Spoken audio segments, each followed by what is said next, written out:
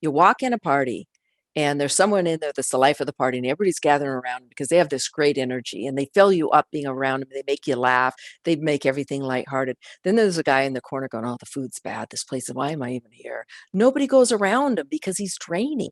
Mm. And so the energy of other people that you're around can either lift you up, fill up your vase, or drain your vase if you consider yourself a vase, a vessel.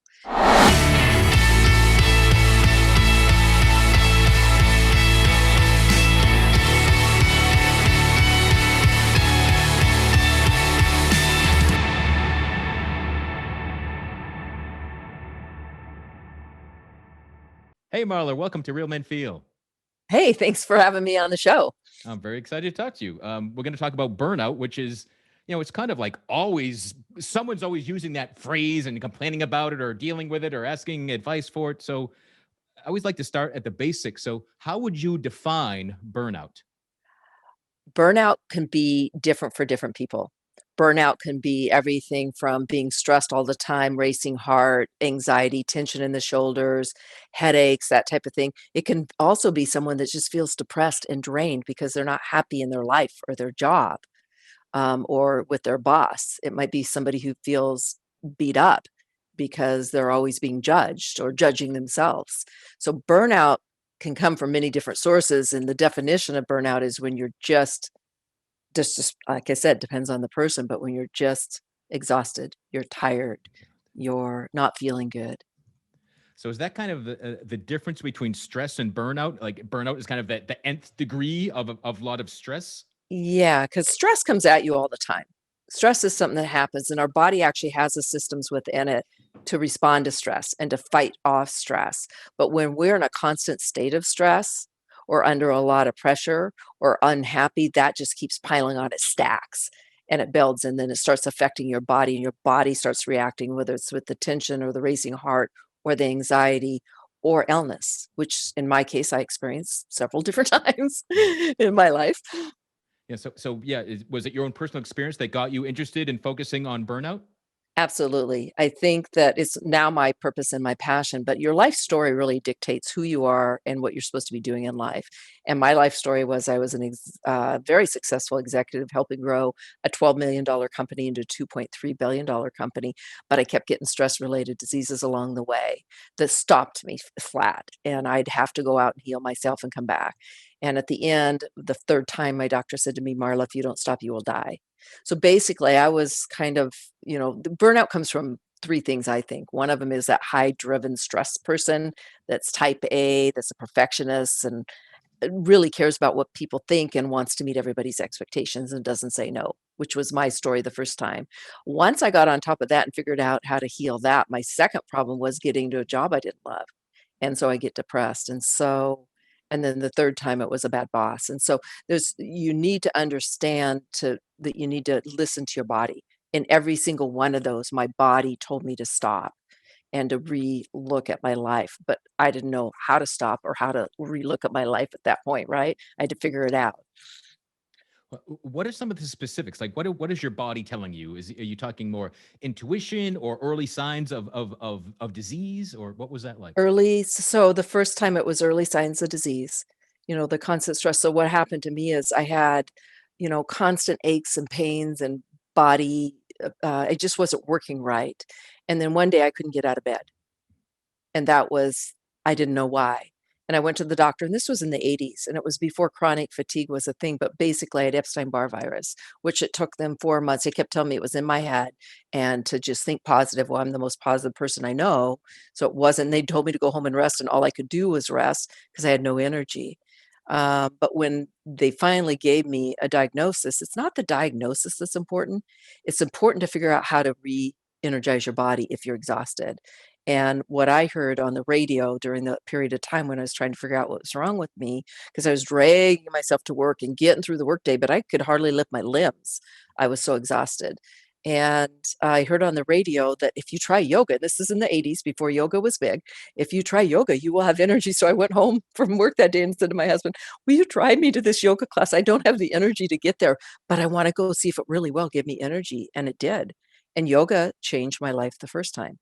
So it was that yoga slowing your brain down because I was a fast thinker. Mm. And I think anybody who is going all the time from thing to thing to thing and you're just always on, your body isn't able to run like that. It's created to protect you, fight or flight in dangerous situations, but it's not meant to live, you're not meant to live there. And that's what I was doing, and that's what put me into that chronic fatigue point. My doctor told me I'd always have it, but with the yoga and all the work that I do, I don't have any signs or anything of chronic fatigue because I know how to keep energy, good energy in my body. So we talked So, a lot about energy already, and mhm. I know that we have had some similar training in reading Yeah. energy and using energy to help people. So at what point in your own experience, in your own journey of dealing with burnout, did you discover those energy tools? Yeah, I didn't discover those till years later. The first intro into energy was yoga. Because I physically felt this thing in my body starting to, it's like my legs that I couldn't lift, all of a sudden I could lift my legs and I could actually feel a tingling in my legs, and I hadn't had feeling in a couple months because of the fatigue, and all of a sudden, so I realized at that point there was energy, but a learning energy tools like you and I know came after the third came after all the other things that I went through, but along the way, I was learning energy and I didn't realize it. So when I went to this event about energy and started to get trained as a coach, an energy coach, it opened up my eyes as to why all those other things worked. I didn't really realize I was just finding my way. And, a lot of times you get sick and you get burned out and you get stuck and you don't know what to do except for maybe rest or take a vacation. There's so many things you can do to prevent it, but no doctor could tell me what to do. I had to find my way, and I just kind of documented my travels and figured out what worked for me, and that's what now, as a life, career, and business coach, I share with others and teach them so they don't get in that same stuck, overwhelmed, tired, exhausted, sick point to the doctor saying, "You're gonna die if you don't stop." I protect people from getting there. Cool. And it seems like one of the things working against us to not become burnt out, to not just live in this high stress state, is that so many of the things that you shared, being driven, being perfectionist, being type A, those are all seemingly rewarded by society. Those are actually like, it's almost like that's what you'd say in a job interview. What's your worst aspect? Oh, I'm a perfectionist. Like it's Yeah. this negative that's seen as a positive, and it's almost glorified Mhm. at times. So, Yeah. how do you balance your personal truth and energy level with that message? Yeah. So that message that we all grew up with in the cultures where, and can I back up a little bit on that question and kind of walk you through an evolutionary concept? When you're born with natural intuition and you're actually in a very calm state. Mm, So you're in the state that I teach people to get back to when you're 0 to, like, 7 years old. You may be busy and active, but you're not stressed. You're doing it in a flow zone, which kids do.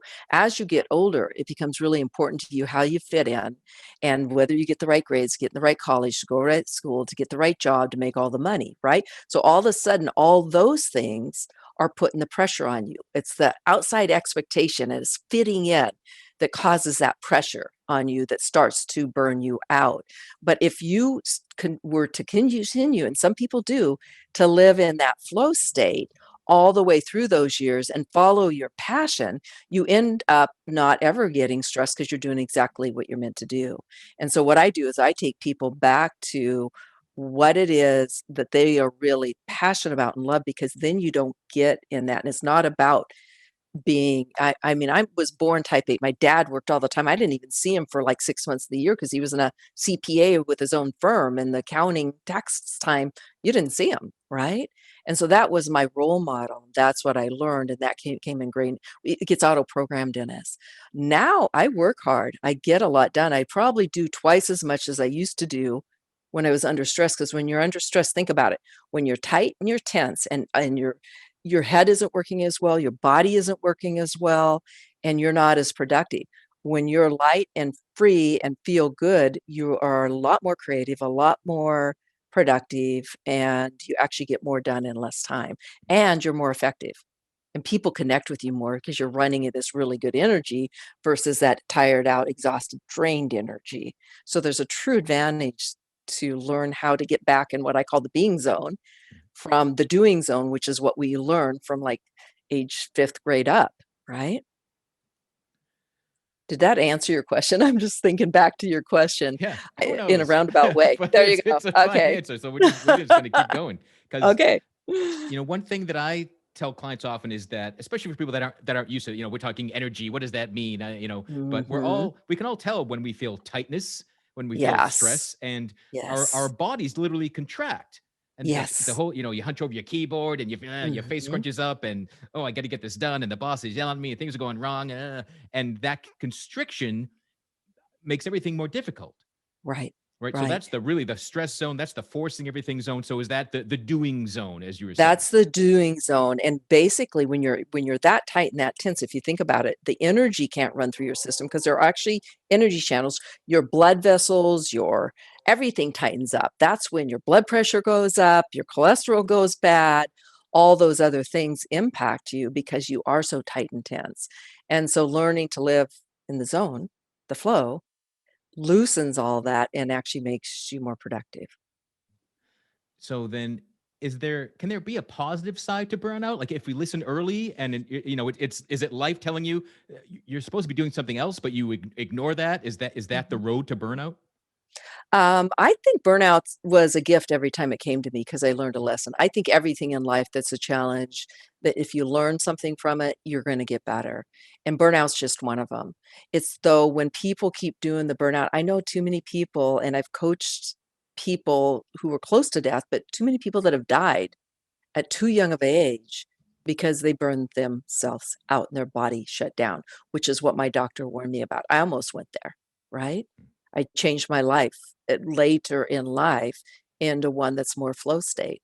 And so, yeah, it's a gift, it's a message. It's learning to listen. Part of what I teach is really listen to every sign and ask, why are my shoulders tense? Because headaches aren't normal. Tension in your shoulders aren't normal. Racing heart is not normal. Those are all stress responses. Those are all things because you're tightening up. So I used to pop pills. So it was always over the counter stuff. I wasn't taking anything, but now I do nothing over the counter, nothing. My whole life is just a flow because, and I don't get headaches. I don't get tension. Once in a while, lift weights, do some, get tight shoulders, but not as much stress tension Mhm. as what I'll say. Or if it shows up, I pull it right out. And that's kind of the energy thing we're talking about Yeah. is you don't let it sit in you because then it just gets tighter and tighter. You have to release it. Yeah. One thing I discovered in my journey, learning to read energy and being an energy coach, was how much stress I carried that it wasn't mine. Like I truly was Yes. storing and carrying other people's energies. And once you realize that, I could get rid of it too. Yeah. And a good way to describe that to your audience is the way I describe it to my clients when I'm first working with them. You walk in a party, and there's someone in there that's the life of the party, and everybody's gathering around because they have this great energy and they fill you up being around them. They make you laugh. They make everything lighthearted. Then there's a guy in the corner going, "Oh, the food's bad. This place, why am I even here?" Nobody goes around him because he's draining. Mm. And so the energy of other people that you're around can either lift you up, fill up your vase, or drain your vase if you consider yourself a vase, a vessel. And what you want is to learn how to surround yourself with people you like, do things that you like to do, and all of those things fill you up. Watching TV, I don't know about you, but one of the things I learned in the training program that both of us went through is how draining TV is. I quit watching TV in 2012. I have not watched the news. Excuse me, not just TV. I watch sports programs, etc. But I do not watch the news and have not watched it since 2012 because if it bleeds, it leads and it drains you. I just go to my phone, I read the headlines, I read the ones I want to read. And so all these people during COVID and this whole political thing were all just getting so exhausted and drained. And I'm going, we're watching the news. That's what's draining you. Do things you like to do. Focus on things you like. Read good books. Go out to the beach. Do things that lift you up, and you're going to feel okay. And when they did, they did. And so many people have come back to me and said, I had no idea how much that half hour an evening or an hour an evening was affecting my whole psyche. What do you say to uh, the pessimists of the world? And I certainly was one for a long time. But that's we can't all just do what we want. I've got to. I'm tied to this job. I need the check. Jobs are hard to find. I can't just go find something that isn't nonstop stress. What do you Yeah. say to that? I say everybody has a choice. And if you choose to stay in that job, that's how you're going to feel. And I have taken so many people. I just took a lawyer from being a lawyer in a really bad environment in a really stressful situation into being an integrative nutrition coach. She's on my radio show tomorrow. So everybody has the opportunity to change. I've helped people find there was a guy that I coached and he got sick before work every day. He was physically throwing up because he hated his job so much. He never wanted to do that, but he ended up with a family. He had to support him. He kept working it all those years and it was getting closer to retirement. He goes, I can't do this anymore. So he was physically getting sick. When he went on vacation, he was fine, but before work. And so we started getting him interested in what he wanted to do in the first place was which was produce documentaries. So he started doing his training and started doing learning on the side. That filled him up. He ended up producing, volunteering and producing a documentary for a global nonprofit that was amazing. And he had that opportunity because we were worked on that. So work never was kind of a side issue now. He'd go to work, he'd find what he liked there. He looked for what was good in his, like he liked his office. The grounds of the place was good. That's about all he liked. So he focused on making his space nice and he focused every single day and went out for a walk on the grounds because that lifted him up. And then the rest of it was just get the work done so I can go home and work on my documentary, right? And that picked him up. And now he's retired and he's full time doing that stuff and he couldn't be happier. One of the most unhappy people I've ever coached was actually owned 8 companies. He had been an Olympic athlete twice, successful Olympic athlete, and was one of the most unhappiest people I knew because he kept doing everything because it was expected. He wanted his parents to be proud of him. They wanted them to say good job and they never did. So he kept pushing to try to get that and he was never going to earn it. That's not how they thought. And so we changed so he learned to love himself. He sold off some of his companies and started a nonprofit that was he was passionate about. And his whole demeanor, his whole relationship with his wife, his family, everything changed as a result of those decisions. Cool. Yeah, that's a great reminder that, if so many people say, I'm trapped, I don't have a choice. Like, no, I mean, you're choosing to see yourself as trapped. You're choosing to feel that you have no choice, but those are all choices that we're making. And, Absolutely. one thing I really love about you sharing some of your experiences and your clients, I often feel when I felt stressed out and burnt out, like, I'm sick of this. I thought I had to do I thought my only choice was stay or just cut it clean. And now I tell Mhm. people it's way better to build a bridge than a cliff. And so you Yes. don't so if you realize, oh, I'm so burnt out, I can't take one more day. The only choice isn't just quit your job and start all over. It's focus on what does feel good. Bring a little bit of relief into some aspect of your day. Exactly. Just stopping and breathing makes a big difference. We all shallow breathe, and so we're not oxygenating our system, and so then that tightens us more.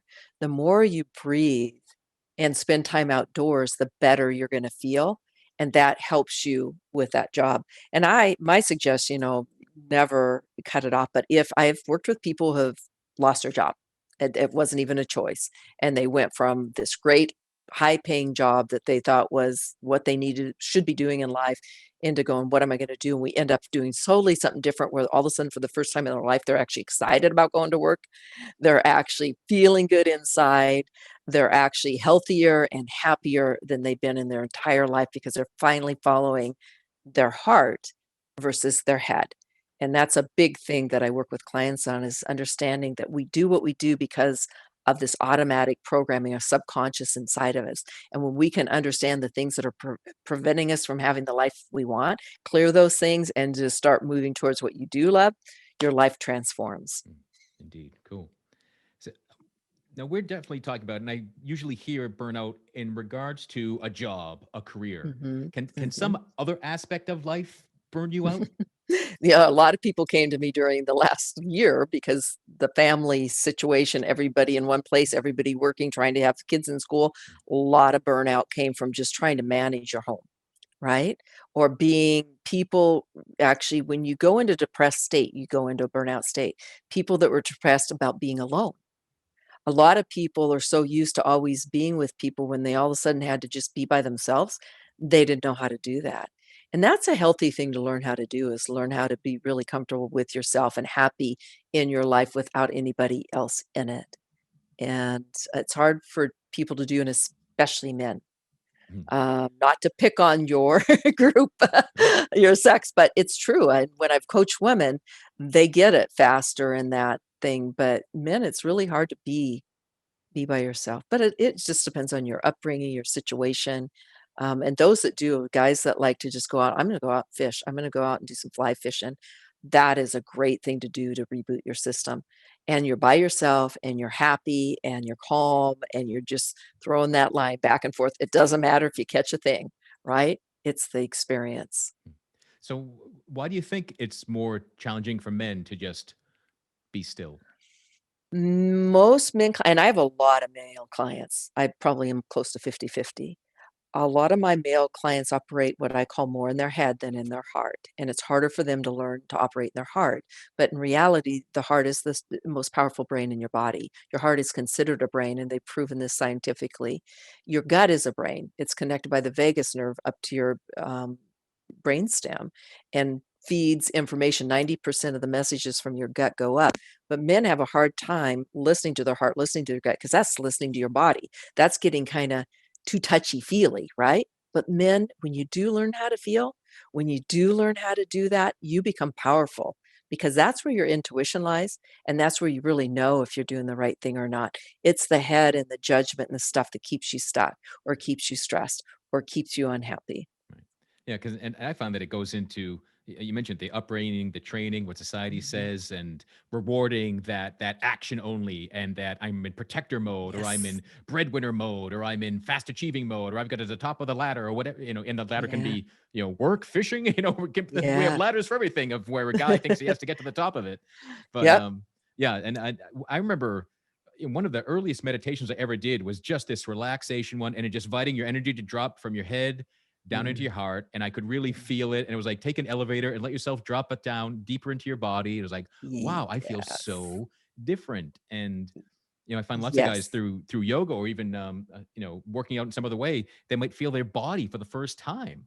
Yes, Yeah, yes, and like, that can I be felt transformative. yoga was energy for the first time, and I have a really good exercise I take people through. I don't know if you do exercises, you might have too many people driving, I don't know, but I do have an exercise that does exactly what you talked about, that gets people not only down into their body and into their heart, but it's a active meditation that takes them from where they don't wanna be into where they wanna be. Mm. I don't know if you want me to take your listeners through an experience or not. Sure, Uh, let's try it. does that work? Okay, Yeah. guys, this is okay for guys to do. My male clients absolutely love this once they learn it and they use it because it actually gives them power.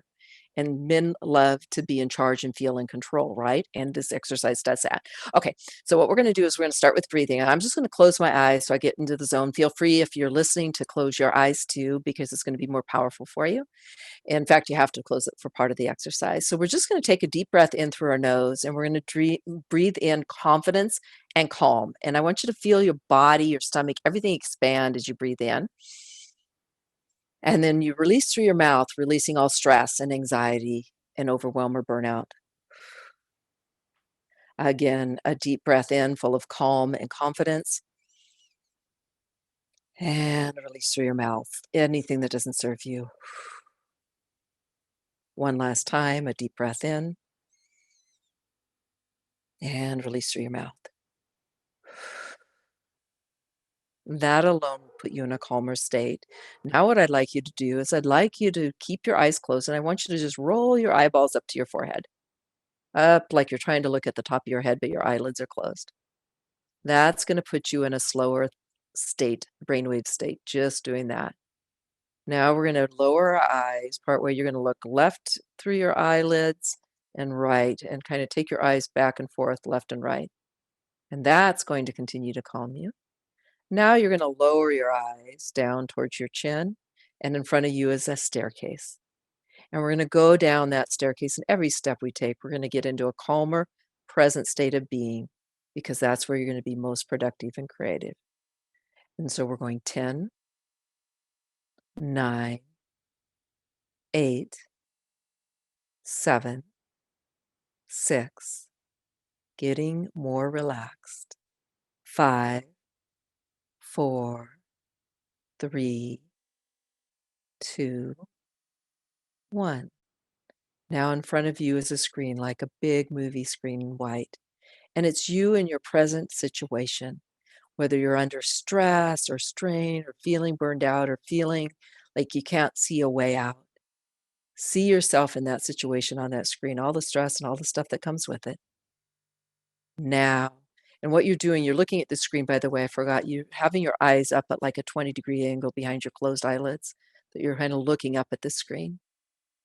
And so see yourself in today's life that you don't like anything you want to fix. See yourself that. Now turn your head about 2 inches to the left, and there's a new screen in front of you. And in that screen, you're seeing yourself with solutions starting to show up. You're seeing the stress starting to melt away. You're seeing people being more helpful. You're seeing things starting to work in your crazy life that you couldn't control a few minutes ago. Now we're going to move our face 2 more inches to the left. And again, look up at that 20-degree angle, and you're going to see that third screen. And in that screen, you've resolved all those issues. You found new solutions. You found the new job, or you've made amends with whoever. Whatever you were working on, you can seeing it fixed, and you feel amazing. Your heart is full because you feel so proud and so happy and so content with your current life. It just fills your body up from head to toe. Just sit in that great energy of being successful, knowing you've accomplished and overcome that issue. And then now turn your head back to those stars. And we're going to go up on it to 5. 1, 2, 3, 4, 5. And now take a deep breath and open your eyes. How did that feel? Very nice, very nice. It was interesting. As soon as I had the stairway, I mean, like, like it was Go already like, into oh, good. calm. Yeah, the deeper state was already there. So, if you were driving, operating heavy machinery or on cold medicine during that time, I encourage you to come back listen to that again, Yes. because that's one of the things I love about energy work is that it's so simple, Yeah. right? Image making, your imagination, that's energy Mhm. work. And Yeah. picturing something and choosing to create new pictures in your mind just gives you the Mhm. space for a better feeling life and a more balanced state of your own energy and being. And yeah. And, they've understood this in the East, in the Asian countries for centuries. Thousands and thousands of years. But the US has solved stress and some of that with meds. And meds don't always work with how your body's supposed to work. And so learning to do the breathing, learning to do the visualization, learning to calm your system, to operate from that quieter place because you're quieter now. You're calmer. I can feel your energy change from when we started. When you learn to do that, you will have a calmer, happier life. And I learned the hard way. I was in my head all the time and I was driven and I didn't know how to I couldn't meditate in the beginning. I couldn't turn my head off. So I had to learn active meditation, which is what that was, or walking through the woods and being really in tune to the birds and the squirrels and everything around me because I couldn't shut off. And I find a lot of my guy clients are that same way, and some women. It's hard to shut off because you just have so much responsibility sitting on your shoulders. Right. You feel like you have to keep bringing in that level of income and you have to do this and you have to take care of your family and there's so many have tos. You got to get some want tos in there, Yeah. right? Yeah, it's so counterintuitive. We're in a society and a pace of change of, do, and action. And, how can it be that if I calm down, I'm better at my action? Like that just doesn't make sense. But Right. it's true time and time again. Yes, yes. Cool. And when people experience it, when I have clients that just don't wanna stop, that just wanna stay on that fast pace, but I get them to slow down and try some different things, they're coming back to me, they're going, "Oh my gosh, you won't believe how much I got done this last week when I did it from a calm place. You had me do my morning work," and I have clients that tell me because I have these 5 steps I have everybody do every day. I go, "When I don't do them, I have a bad day. When I do them, I always have a good day. What's with that?" Right? It's because 'cause you're starting from a calm place full of intention and focus Yeah. instead of just hitting the road running and going with whatever hits you. What is your favorite term, if there is one, for the opposite of burnout? Oh, I coined this, it's in my book, I love this.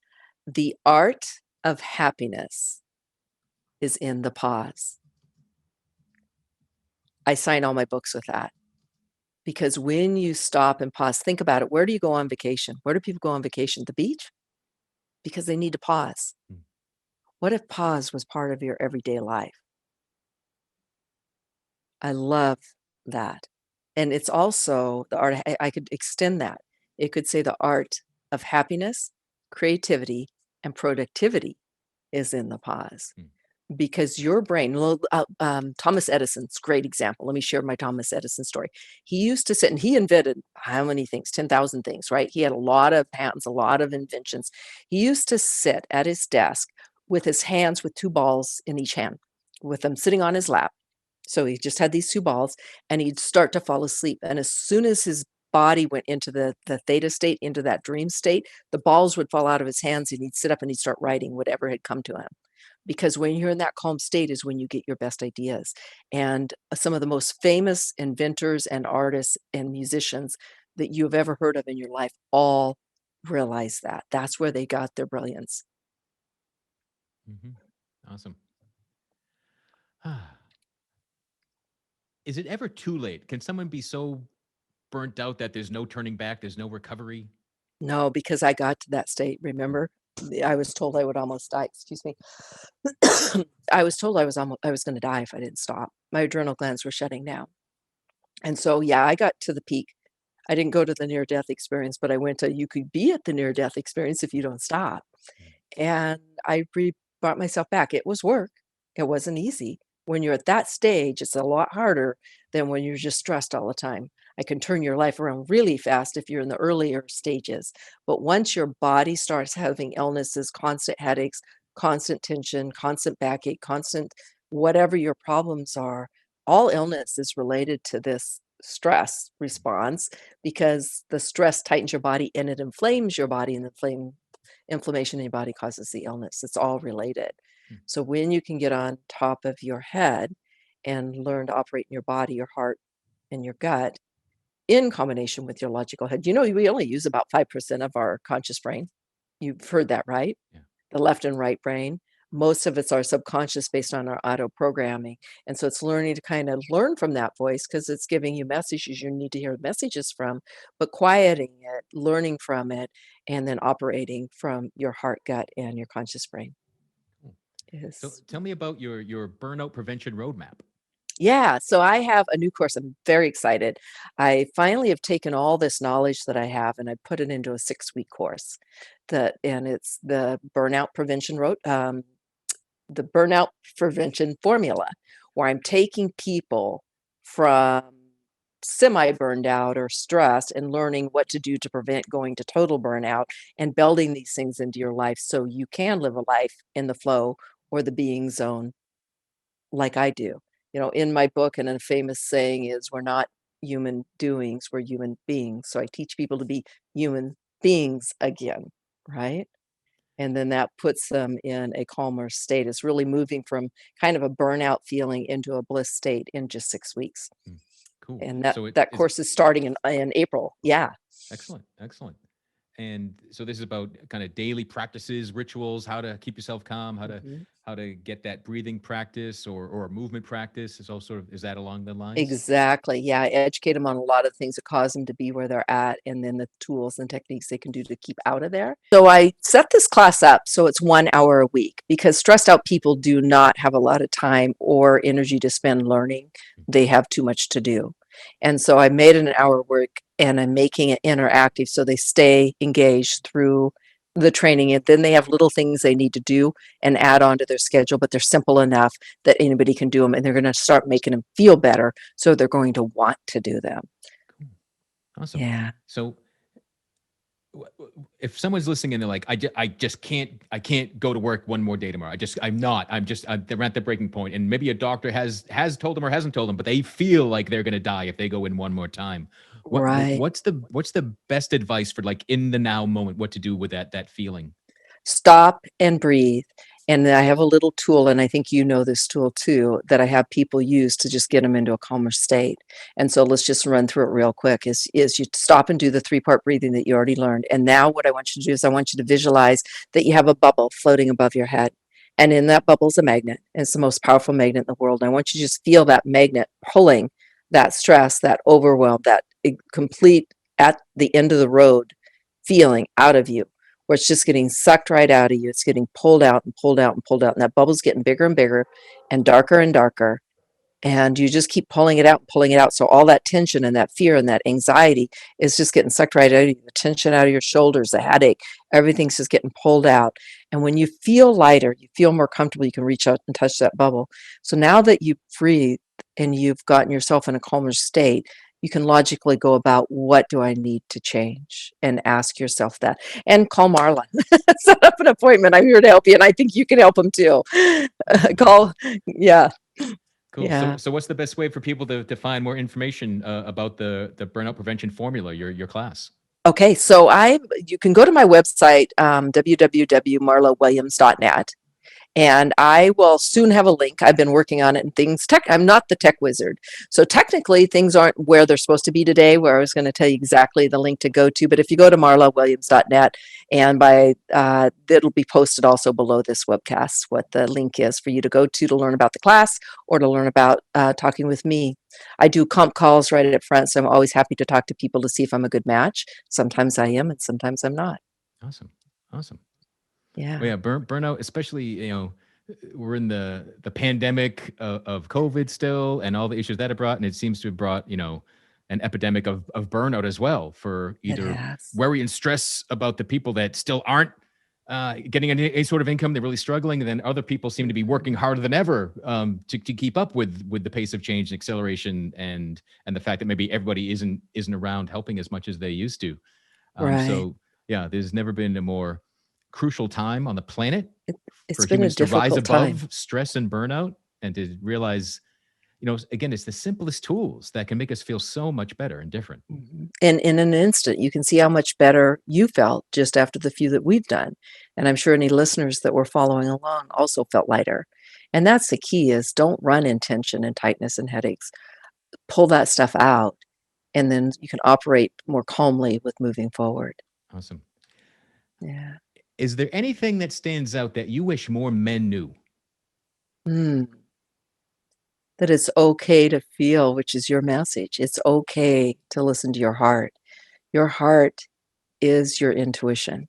When you were young, you listened to it. Watch a young child, watch your grandchild or your child, and watch them follow their heart. I had one that loved to build things, and he always did that. The other was all about balls and outside, and would knock down puzzles or knock down blocks. So you just have to learn to reconnect with your body and listen to your heart. And if men can do that, and the clients I have learned to do that, they're still macho, they're still cool, they're still CEOs, organizations, or CFOs or whatever, but they've learned to listen, and they're actually so much more powerful in that space. Awesome. Yeah, I say often that authenticity and vulnerability are superpowers that most men Mhm, aren't taking advantage of. But mhm. not only can men be more in their hearts, but we need to, Yeah, right? It's too many yeah, men are in perpetual burnout, and they just, mhm. almost choosing what's going to burn me out today, right? It's just Yeah, this top speed only, and yes, there's so little enjoyment or pleasure, yeah, satisfaction, meaning is and missing. yeah, and we're only here for a limited period of time. Enjoy your life. Yeah.